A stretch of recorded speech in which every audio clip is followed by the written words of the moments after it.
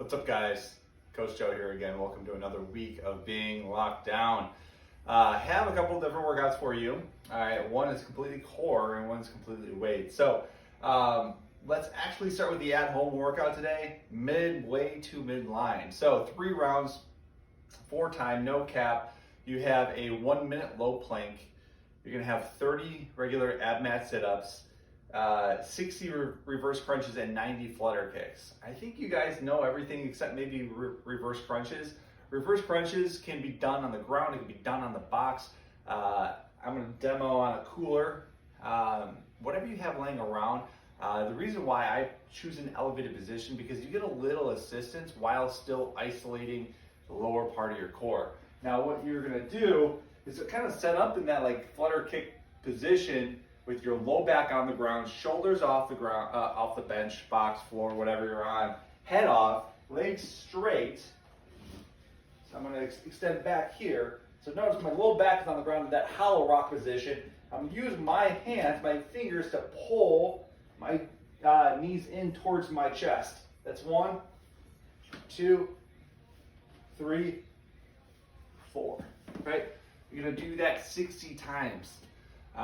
You'll notice it targets the hip flexors, targets the lower part of the core. This is a great progressive movement to build strength in those areas for toes to bar. It's the toes to bar, guys. That's basically what you're doing. Those are the muscle groups you're applying with the reverse crunches. Now, here with that movement, that exercise, we can add a lot more reps, right? You don't have to think about coordination, skill, grip, right? So this will definitely help you get on that bar to do the toes to bar.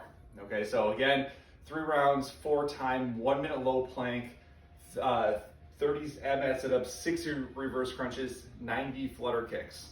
It's not a 2 count, just 1, 2, 3, 4. With those flutter kicks, just make sure those legs are nice and straight as you go. Okay, so don't bend the knees. Make sure there's about a 12-inch separation between heel and toe. Okay, so if you don't do the at-home workout, you're doing the Kokua daily workout, look no legs. It's 4 rounds. All right, so of barbell movement. You're gonna have 1 barbell for the entire workout. So we're gonna have 10 hang power cleans, 15 push presses, and then 20 sumo deadlift high pulls.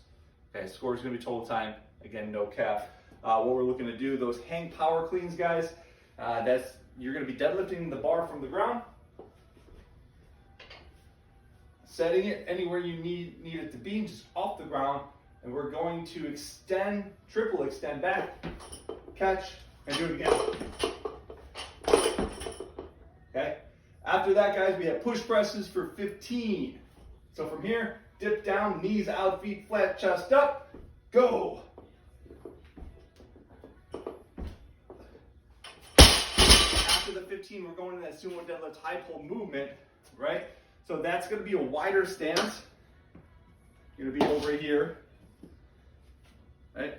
And then we're going to drop the bar about midway to the shin, okay? But the hands are going to be inside the legs. Run out of space over here. I'm going to show you. I'm going to move this out of the way. Oh.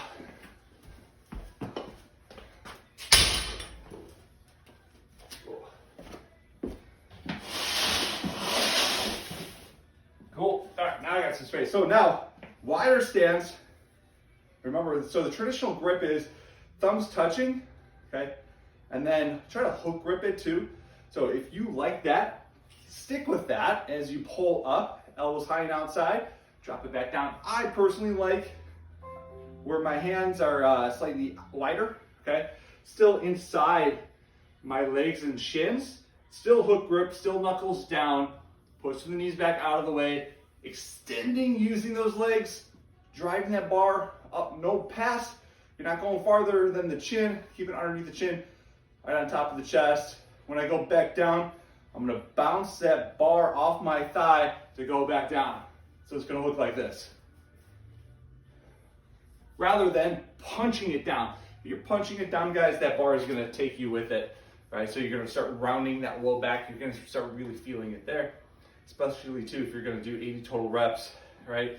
So slow it down, pace it out, make sure you get that good leg drive up, extend hips all the way, right? So you're not overworking the upper body, right?